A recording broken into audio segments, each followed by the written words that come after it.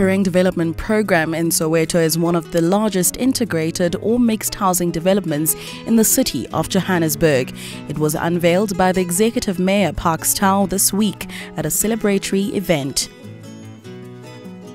We're going to integrate different families from BNG, social and rental units, as well as FLISP and different kind of social amenities, including your parks, clinics, as well as crèches and facilities where children can play, and other facilities where children are able to make sure that they study after school.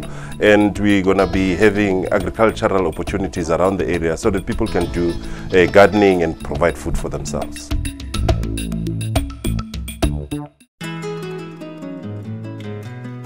The project includes fully subsidized housing for the poorest in the community, affordable housing for low-income households, and middle to high-income bonded housing for the commercial housing market. This is expected to constitute around 50% of the total development and will be implemented as both freehold and rental housing stock.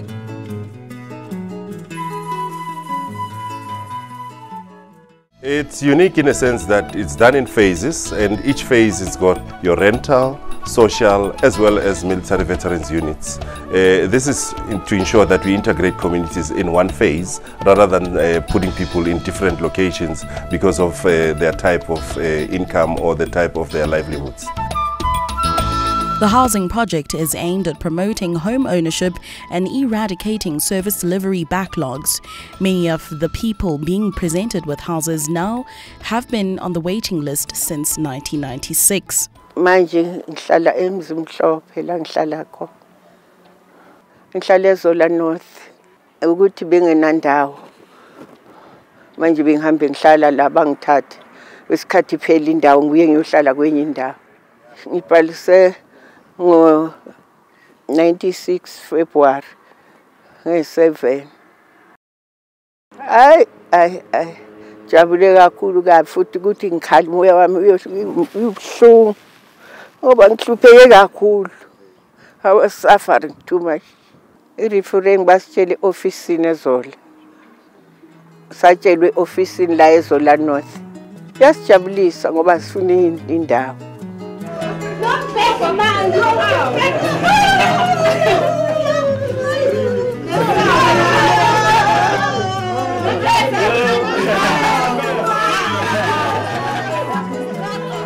Today we were here with the mayor to celebrate as we show our people that when we spoke of 96-97 waiting list is real.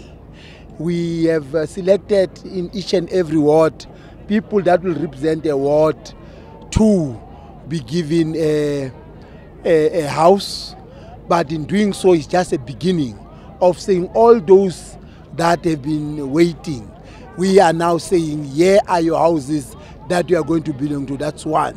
Number two, on Friday we'll be in Lufhereng doing the very same thing, where we are taking our elderly and allocating them to houses. But also we are doing this to respond to the minister's call, where they want everyone as you build a house must know. So this is symbolic, but going forward everyone in Soweto who's in a waiting list will be given a proper SMS saying your house number mamang is to start at this 10. Then a person can go on his own and go and check that particular house.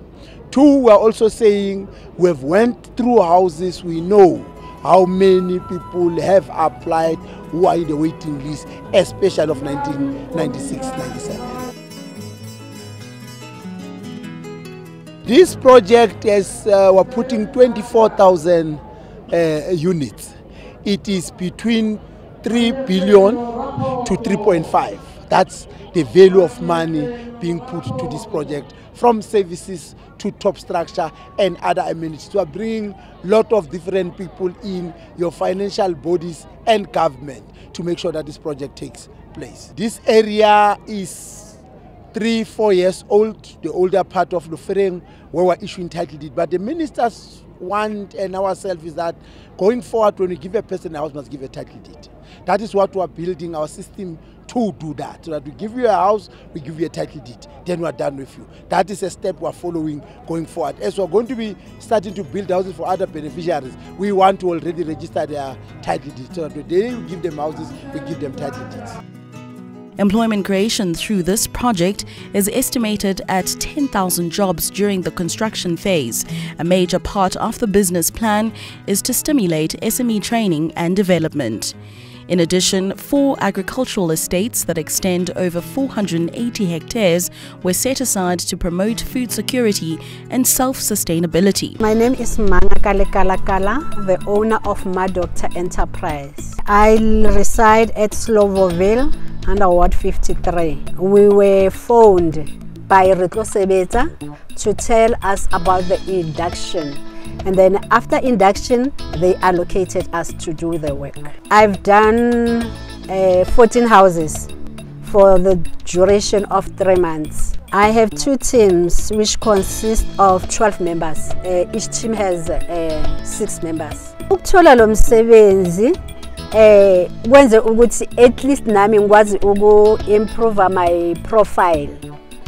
I-CIDP yami, ama-grade to improve ama-grade so that kuzoba easy mangifuna eminye imisebenzi ukuthi nami ngikwazi ukubonakala ukuthi nami ngeke ngasebenza. I'm Paul Malatse, Director of Aries Tradings and Projects. I'm from Tubelisha. I submitted my company profile and later was called by Soweto for induction. I built 10 houses. I have 12 members constructed of 2 teams. It changed my life big time too. Now I'm working, I can provide for my family. Financially, it gave me the respect for my children. Now that I can bring some income into the whole family, and that is working in a way. I've improved also for my company recognition. At least I know the ins and outs of the industry. I can do better now. Alleged irregularities and corruption in the province's housing scheme have created setbacks over the years. Here in Soweto, a door-to-door campaign was conducted over 12 months to verify over 9,000 beneficiaries from the 96-97 waiting list. Continuously, our government continue fighting what is called corruption and that of putting people wrong on the list. Hence, we have developed a first draft of a book which says we want to know and people to know where are they stand in terms of the waiting list. Transparent, we have said to our people, as of the 15th of August going forward, they will be able to go to offices and check themselves.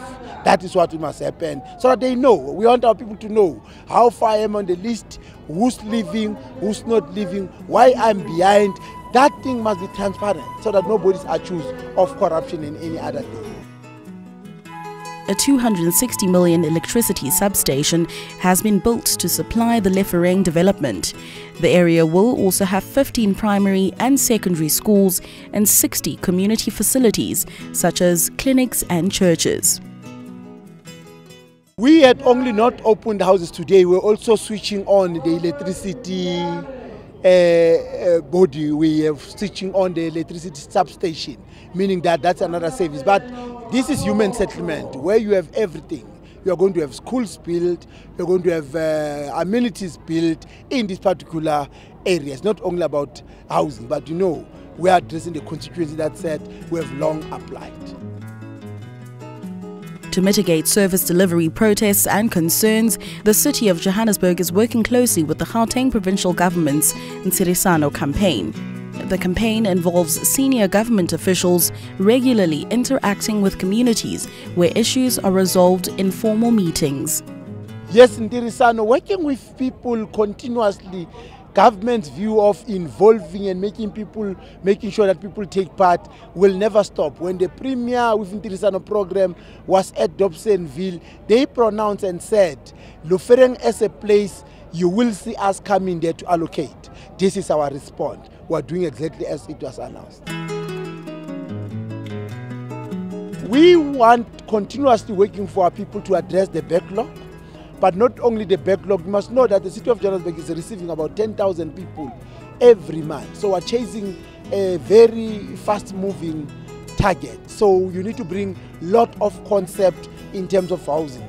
Social housing, rental housing, your BNG giveaway, plus your flips, link, gap market, and your full subsidized and the bond market. You must do that in chasing the City of Johannesburg. Also involve private sector, because as government alone, we might not be able to reach the target. During the apartheid regime, non-whites were restricted to areas far away from economic prospects and life-supporting amenities such as healthcare and education. The Corridors of Freedom is Johannesburg's spatial redesign program to amend these injustices. This is part of the city's growth and development strategy 2040. You will know that we're anticipating that by that time, extra 3 million people will have been in the city. Hence, we are now change the corridors of freedom, where we're saying, let's change how we build. Let's start to dance. Let's start to walk up. Let's start to build high rise to respond to our people, because GDS 2040 tells us that by that time, Johannesburg will have extra 3 million in the very same place. So if we are not planning properly, we are likely to find ourselves not having a space. Hence, your corridors of freedom become key now going forward.